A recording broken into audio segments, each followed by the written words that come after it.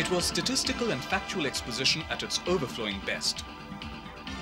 Presentations by experts, lectures by Indian and foreign business leaders, analytical speeches by ministers, brainstorming sessions between industry, academia and bureaucracy, and workshops even over dinner and lunch. And all of it to studiously examine, analyze and market to the world a product called India, Asia's emerging growth center. The 11th India Forum meeting, organized by the globe's most eminent and influential policy institution, the Switzerland-based World Economic Forum and the Confederation of Indian Industry, was another thumbs-up signal by 250 business leaders from 20 countries of India's growing stature as a liberalizing economy that deserved heavy doses of both attention and investment. Reaffirming the recognition and praise lavished on the country's economic potential nearly 2 years ago at the WEF meeting at the Swiss alpine town of Davos. The 500 participating high-profile delegates then had unanimously declared 1994 as the Invest Year, and nothing illustrated the WEF's confidence in India's economic liberalization more than its gesture to invite the country's Prime Minister Narasimha Rao to deliver the Davos conference's valedictory address. The change has to come, and the change has to come in such a way that I do not upset. Setting the India meeting's agenda this week was Mr. Claude Smadja, WEF's senior advisor for Asia, who outlined the fundamentals that were pushing Indian economy's strong recovery. I think what we have seen is a definite improvement of the economic situation. I think the growth prospect for this year, for this fiscal year, at about 7%, represent quite a remarkable progress. And what is more significant is the very strong performance of Indian industry with a growth rate this year of about 13%, which is unprecedented.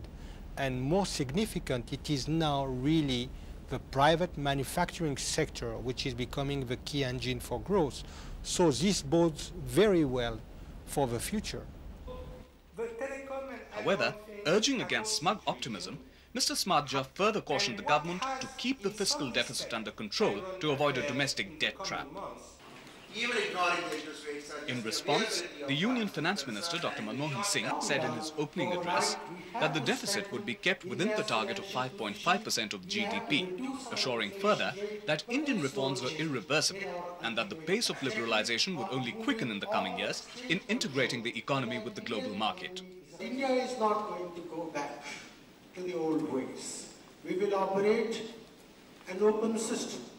We will continue to work towards the further opening of Indian economy. We will continue to work to integrate India into the evolving world economy. We will continue to create in our country an environment conducive to a greater inflow of foreign direct investment as well as more portfolio investments. For the delegates, however, the WEF's Delhi powwow sent a strong signal that India's economic climate in the near and long term make it an attractive destination to invest and make profits like no other emerging center. We've just discussed the Enron affair, the reaction with Kentucky Fried Chicken. These are small, maybe not lasting effects, but signals that maybe a little bit of worry to foreign investors. So the climate is good. On the other hand, the elections are coming. There's also some uncertainty about that.